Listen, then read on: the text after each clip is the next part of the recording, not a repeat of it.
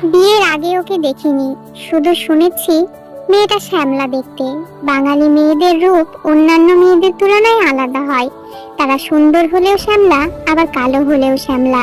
আমি জানি না আমার হবু স্ত্রী এ দুটোর মধ্যে কোন পাল্লায় আছে। যাই হোক, বাসরাতে ওকে দেখলাম।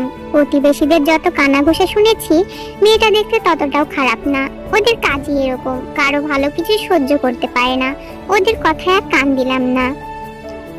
বাসুরের নিভু নিভু জোনাক আলোতে ওর মুখটা অনেক সুন্দর লাগছিল। ও খেয়াল করছিল আমি ওর দিকে অনেকক্ষণ ধরে তাকিয়ে আছি। সে একটু ভীতু গলায় আমাকে জিজ্ঞাসা করলো, এভাবে কি দেখছেন? আমাকে কি ছবিতে দেখেননি? আমি জানতাম না কোন ছবির কথা বলছে। কেউ আমাকে বলেনি মেয়ের বাড়ি থেকে ছবি এসেছে। আমি ওকে বললাম, আমি তোমাকে না দেখে বিয়ে করেছি, তোমাকে আমার বাবা পছন্দ করেছেন। সে বলল, বাবা যদি না করে দিতেন তাহলে বিয়ে করতেন না? আমি না বললাম। মেয়েটা তখন আর কিছুই বলল না, চুপচাপ থেকে গেল। আমিও সারা শব্দ না করে ঘুমিয়ে পড়লাম। সকালে ঘুম থেকে উঠে লঙ্কা কাণ্ড হয়ে গেল। জীবনেও কল্পনা করিনি আমার সকালটা এরকম হবে। সোফায় বসেছিলাম। মেয়েটা গতকাল রাতের অপসরী ছিল না, বরং অপসরীর ন্যায় কোনো ভূত ছিল। আমি লাফ দিয়ে বিছানা থেকে উঠি। সে আমাকে সালাম দিল। আমি কোনো জবাব না দিয়েই আম্মু রুমে গেলাম। আম্মু আমাকে রাগান্বিত দেখে বললেন, কি হয়েছে বাবা? আমি দরজায় একটা লাথ দিলাম। আমার জীবনটাকে নিয়ে এভাবে খেলতে পারলো?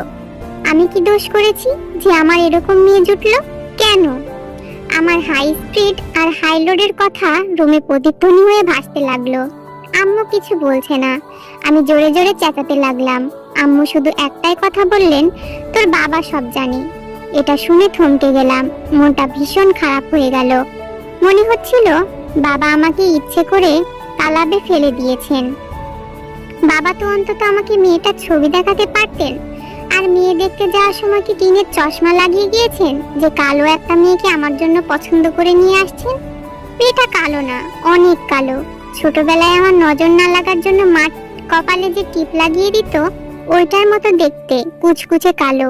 একে নিয়ে কিভাবে থাকবো? ভাবছি কোথাও বেরোলে পাছে কেউ জিজ্ঞাসা করবে না তো এই জঙ্গলিটাকে কোথা থেকে নিয়ে এসেছি?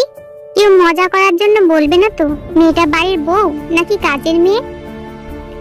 আব্বুর ভুল ডিসিশনের কথা আমি ভাবছি না।